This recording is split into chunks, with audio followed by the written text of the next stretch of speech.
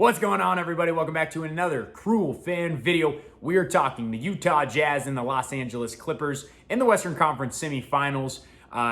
In the other video that I did this week, I talked about the Suns and the Nuggets. This series against the Jazz and the Clippers, I don't think it's going to be nearly as entertaining. I don't think it's going to be nearly as competitive. And honestly, I already have the winner drawn up in my mind by a landslide, and it is the Utah Jazz. They are the #1 overall seed in the league for a reason. You've got Rudy Gobert and Donovan Mitchell and Mike Conley, and they are just a dangerous tandem.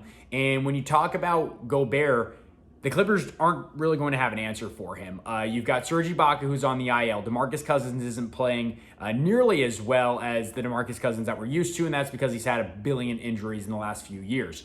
But with all that being said, Donovan Mitchell went off in that first round. They had a scary game against Memphis in the first contest, but they bounced back, won 4 straight. Whereas the Clippers, going up against the Mavs, I actually had the Mavs winning that series, but Los Angeles didn't look impressive. They were down 3-2. They started out down 2-0. If anything, you can channel back on their resiliency and the fact that they have Kawhi Leonard and they have Paul George. And really, Kawhi's the big piece there because he's one of the greatest postseason players of the last 20 years.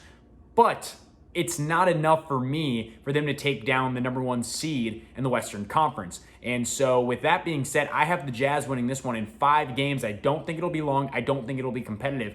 And I think that they are going to cruise to the Western Conference Finals.